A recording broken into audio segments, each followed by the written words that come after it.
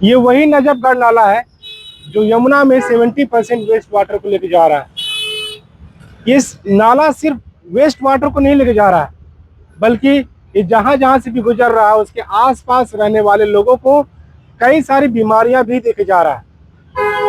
इस नाले और इसके जैसे जो जो भी नाले पूरे देश में है, चाहे जहां भी जो लोग भी रह रहे हैं नाले के आसपास, उनकी आंखों में जलन जरूर हो रहा होगा, सांस लेने में दिक्कत हो रही होगी, सर में दर्द जरूर बन रहा होगा। और 10 से 15 साल के बाद उन्हीं लोगों में लंग्स की बीमारियां, हार्ट की बीमारियां और नर्वस सिस्टम की बीमारियां बड़े रूप में ले लेती हैं। लंग्स से जुड़ी क्रॉनिक ब्रोंकाइटिस नाम की बीमारी होती है और पल्मोनरी एडेमा नाम की बीमारी होती है। क्रॉनिक ब्रोंकाइटिस में क्या होता है, आपकी लंग्स में, फेफड़े में जो एक नली लेके जाती है ट्रेकिया, ये जो दो पार्ट में डिवाइड होती है, ब्रोंकाई या ब्रोंकस जिसे कहते हैं, उसकी दीवार मोटी हो जाती है, मतलब हवा के आने जाने की पैसेज कम हो जाती है और आपको सांस लेने में दिक्कत होती है। उसको क्रॉनिक ब्रोंकाइटिस बीमारी बोलते हैं। आपके फेफड़े में जो गुब्बारे जैसी संरचनाएं हैं जिसको एल्वियोली बोलते हैं, उस एल्वियोली में फ्लूइड भर जाता है, जिससे आप लोग कहते हैं कि फेफड़े में पानी भर गया। तो ऐसी जगह रहने वाले लोगों के फेफड़े में पानी भी भर जाता है। क्यों? क्योंकि इस नाले से बहुत सारी विषैली गैसेस निकलती हैं। इस नाले से हाइड्रोजन सल्फाइड गैस निकलता है। हाइड्रोजन सल्फाइड गैस निकलना मतलब सल्फर इस वाटर में होगा।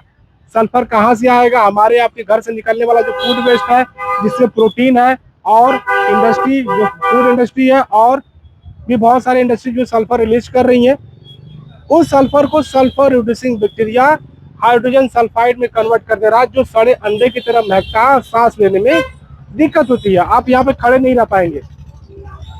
इस नाले से अमोनिया गैस भी निकलता है, क्योंकि हमारे आपके घरों से, टॉयलेट से जो एक्सक्रीटरी मटेरियल निकल रहा है उसमें नाइट्रोजन कंपाउंड है, फूड में नाइट्रोजन वाले कंपाउंड है, इंडस्ट्री से जो वेस्ट वाटर आ रहा है उसमें नाइट्रोजन वाले कंपाउंड है, उसमें यूरिया, हमारे घरों के आसपास जो घरों से निकलता है उसमें यूरिया है, उस यूरिया को माइक्रो ऑर्गेनिज्म कन्वर्ट कर देते हैं अमोनिया में, वो अमोनिया भी इस एयर में जा रहा है।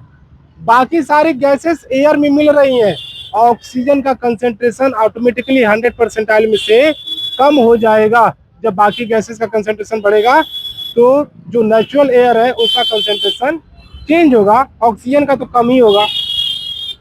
इस नाले के बेस में, बॉटम में जो सीवेज मटेरियल है, स्लज है, उस स्लज में एनारोबिक बैक्टीरिया है, मिथेनोजेनिक बैक्टीरिया है, जो उसको एनारोबिकली तरीके से डिकम्पोज कर रहे हैं, मतलब बिना ऑक्सीजन के प्रेजेंस में तोड़ रहे हैं, डिकम्पोज कर रहे हैं, जिससे मीथेन, कार्बन मीथेन के फॉर्म में निकल रहा है।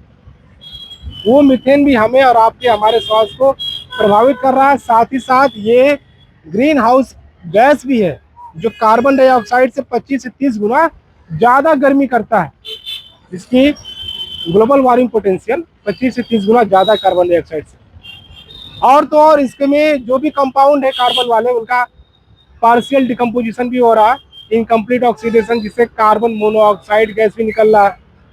ये सारी गैसेस एटमॉस्फेयर में जा रही है। मैं फिर से रिपीट कर रहा हूँ, एटमॉस्फेयर में ऑक्सीजन 20.98 लगभग 21% है, और 21% गैस का जो कंसंट्रेशन है, जो परसेंट शेयर है, इन गैस के जाने की वजह से ऑक्सीजन घट रहा है।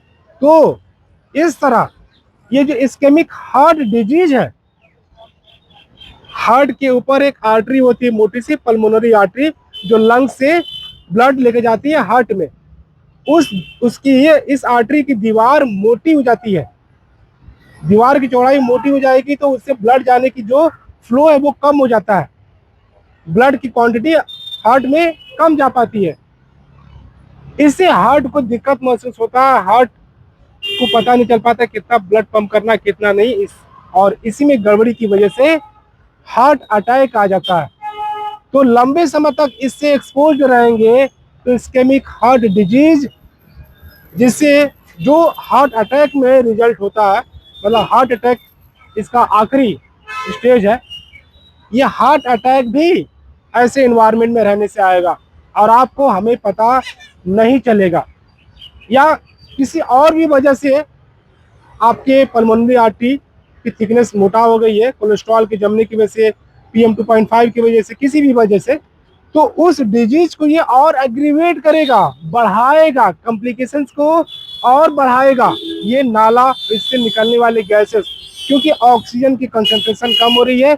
जितना ऑक्सीजन हमारे ब्रेन को, बॉडी के डिफरेंट पार्ट को चाहिए, उतना नहीं मिल पाएगा, तो हार्ट और कोशिश करेगा ब्लड को पंप करने की, ताकि ज्यादा ब्लड जाए, ज्यादा ऑक्सीजन जाए। इसके साथ साथ हमारे आपके घरों में रहने वाला जो फ्रिज है, एयर कंडीशनर है, जितने भी इलेक्ट्रॉनिक डिवाइसेस है, उसको भी ये बहुत बुरी तरह प्रभावित कर रहा है। इसके बारे में हम नेक्स्ट वीडियो में डिस्कस करेंगे। Thank you.